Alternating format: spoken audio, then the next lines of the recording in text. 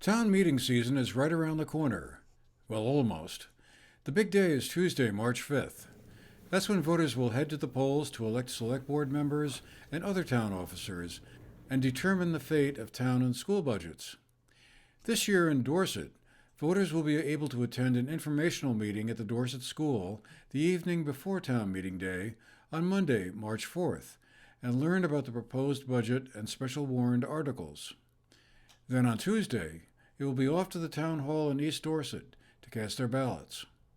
To learn more about what Dorset residents will be tackling, we stopped by the Dorset Town Hall and spoke with Town Manager Rob Gaiotti about the budget. The total town budget proposal has a bottom line of a little more than $3 million, about an 8% increase over the current $2.8 million budget in place this year. The town tax rate, which is separate from the school district tax rate, is reckoned to be seeing a 2-cent increase from 35 cents to about 37 cents per $100 of assessed property value. So there's not a bunch of substantial changes. The biggest one probably being that we are supposed to break ground for the new town office late spring, early summer. And the way the bond has been structured, we'll actually start to pay the bond back in the next budget cycle. Previous budgets, we had ramped up a line item to try to, anticipate what the bond payment was going to be. And this year we'll have the full bond payment factored into the FY25 budget. And it's about that itself constitutes about a 4% increase from year to year. So most of our budget is built around, if everything else was flat, we'd have a 4% increase based on the bond. So it's exciting to start the project. Hopefully it'll be starting summer 24 and about 10 months to build, and we'll be in it spring of 25. Other things that are in this next budget cycle are just regular personnel, wage increases, also just our regular money for infrastructure, highway grants, equipment replacement for highway. We have a project hopefully to pave in Dorset Village after the water line work is done. We're trying to time that to where it actually saves either the town money or the fire district money, depending on the scope of the work. We're also going to be applying for a Class 2 paving grant to pave Morse Hill Road, or a portion of Morse Hill Road. Pavement costs have escalated quite a lot in the last 5 years, so we have two main roads that we end up having to break into a couple of phases to be able to do it.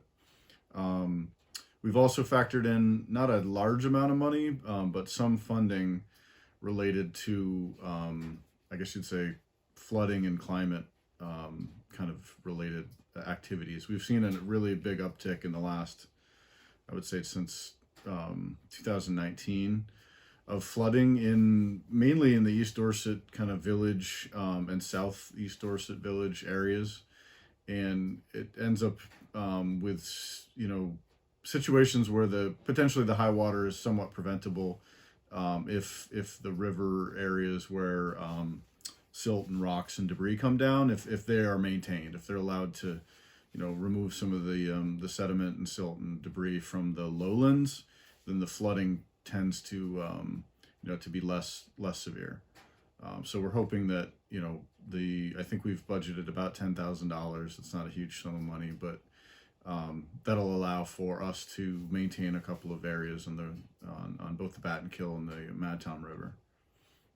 So overall, the budget's about an 8% increase from year to year. Sure. So we're expecting the grand list to go up, 2 to 3% from year to year. So the actual impact to taxes is probably going to be about 2 cents.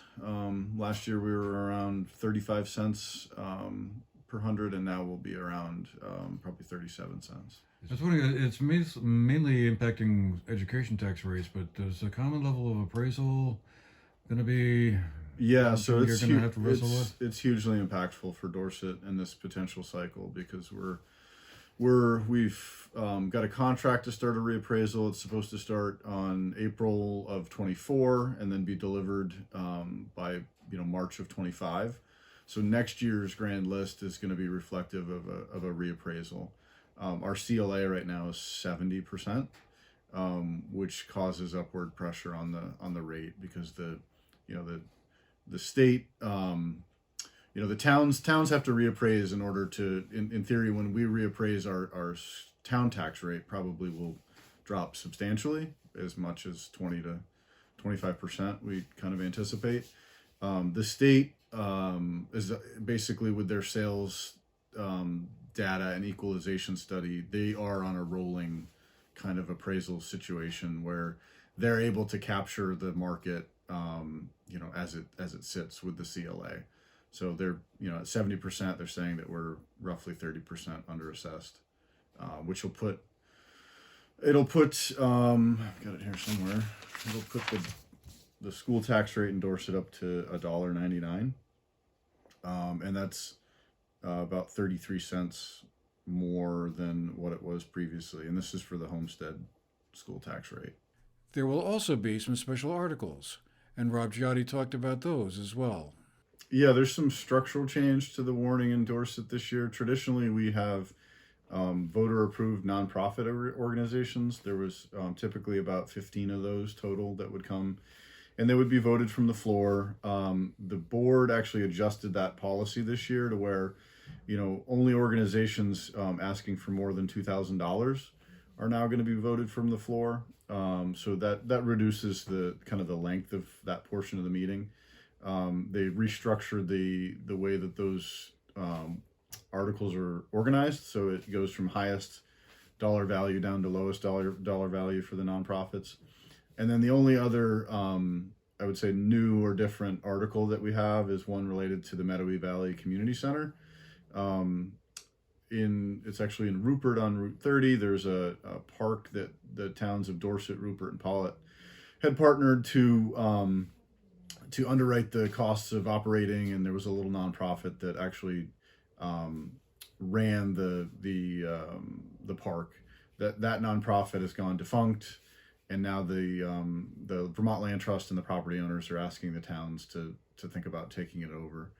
So there's an article related to allowing the select board to move forward and work with Rupert and Pollitt on that, if assuming that Rupert and Pollitt want to do it. We will have short segments and previews of several of our local communities as they gear up for town meeting. Your vote is your voice. For the GNAT-TV News Project, I'm Andrew McKeever.